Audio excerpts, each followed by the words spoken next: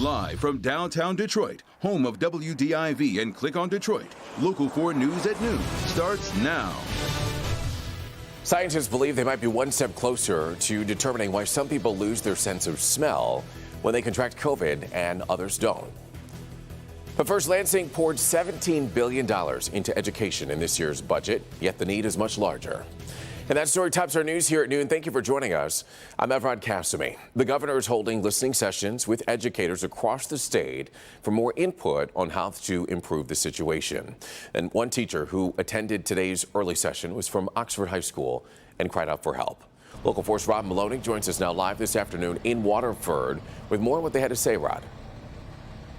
Yeah, hey, Evrod, we're at CNS Healthcare here by what was the old Summit Place Mall. And the governor was here this morning, and she moved on to Warren after this, doing these listening sessions. And she was really interested in hearing from educators and mental health people about the issues that they're facing here on the ground. Mental health, safety, security, these are things that I know this community has had a lot to confront. Governor Whitmer in town in advance of her State of the State address teachers and mental health providers, telling her there were lots of needs and too few resources. A point made by Oxford High School social studies teacher Lauren Jasinski, who told the governor she has nearly 200 students in class, 50 for tutoring, and a family, feeling pulled in too many directions. If there's something that can be done to preserve, protect, and reduce class sizes, I think that you could trust the professionals to do what we know how to do. Afterward, the governor said in a press briefing, Having smaller class sizes, having more counselors in the school, I think all of these are pieces to making sure that our kids are getting the kind of education they need and our teachers are getting the kind of support they need so that they can be successful. The Democratic Party over the weekend complicated matters for the governor on education in a Facebook post about schooling, saying, quote, "It is to teach them what society needs them to know. The client of the schools is not the parent, but the entire community, the public." It was a ridiculous post. I'm glad it was taken down. I do not agree with the sentiment as a parent of kids who went to the public schools.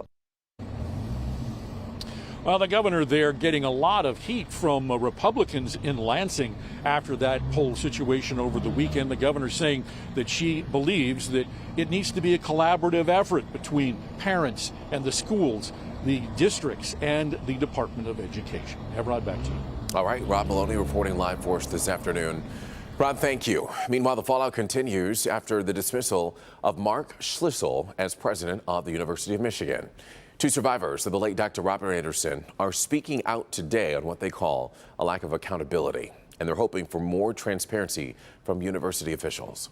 It's the perfect example of the real transparency at the University of Michigan. It's transparently clear to anyone who wants to pay attention that there's no commitment to change because the president of the university couldn't stop himself from having his own affair that was against their written rules. I mean, it is a culture of duplicity and a dual standard. One thing applies to everybody else, and those who are tenured have another set of rules, regardless of what the written procedures may be. Mayor Sue Coleman now replaces Mark Schlissel as interim university president. A permanent replacement will be named at a later date. All right, so we are expecting new state coronavirus numbers tomorrow. And as we wait, here's a look at where things stand. As of Friday, the state reported 37,114 new cases. That averages out to more than 18,000 cases per day. In the meantime, the CDC now says that N95 and KN95 masks offer the best protection against COVID, but they're, for some reason, stopping short of saying that people should wear them instead of the other cloth masks. More details about the president's plan to provide free, high-quality masks to all Americans are expected sometime this week. Also this week, the White House will start mailing Americans free COVID-19 test kits. A federal website will start accepting the orders for those tomorrow, and then the tests will be shipped out for free through the U.S. Post Office, and there will be a limit of 4 tests per household. Here's Dr. Frank McGeorge with more.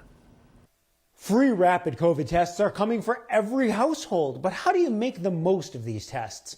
I'm Dr. Frank McGeorge. Tomorrow at 6:30 a.m., what do you really need to know about the best way to use them and how to avoid the biggest mistakes I still see people making with at-home tests?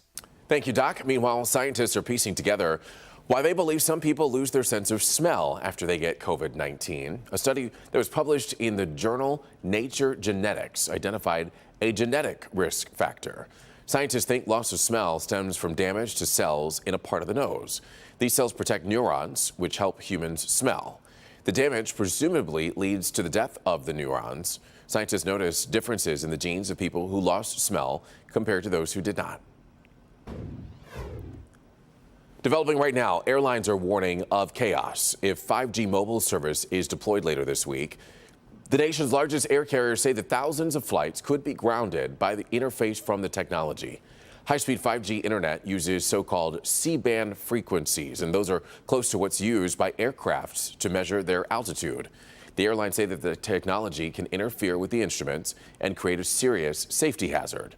Verizon and AT&T have argued that the aviation industry has had years to upgrade any equipment that might be impacted. Of course, we'll keep you updated on what happens there. But speaking of the air, let's turn our attention to the forecast now as we give you a live look outside through our sky cam. Meteorologist Brandon Rue has a look at what we're expecting as we head into the afternoon now.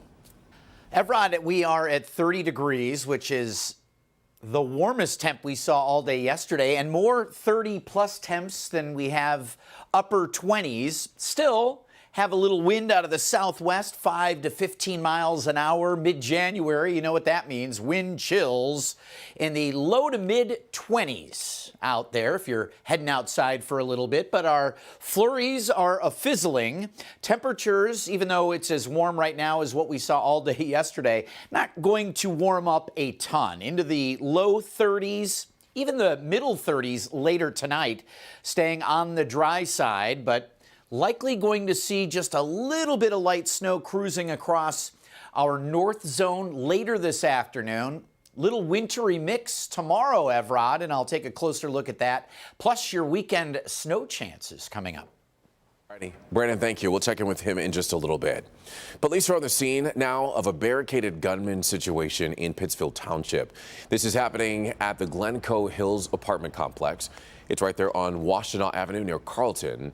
Police say that somebody fired shots into the building, and when officers got there, they say that additional shots could be heard. Residents were evacuated, but police believe the 59-year-old gunman is still in the apartment complex. Thankfully, nobody was hurt. And an investigation is underway on Detroit's east side now after a car crashed into a building. It happened earlier this morning on East 7 Mile, right near Hull. Sources telling us here that the driver might have hit a patch of ice, lost control of the vehicle, and then slammed into the building. We're working to get more information about the driver's condition. New at noon. All right, still to come here at noon. Today, the Senate begins debating the Freedom to Vote Act and the John Lewis Voting Rights Advancement Act. We've got a report from Washington, D.C.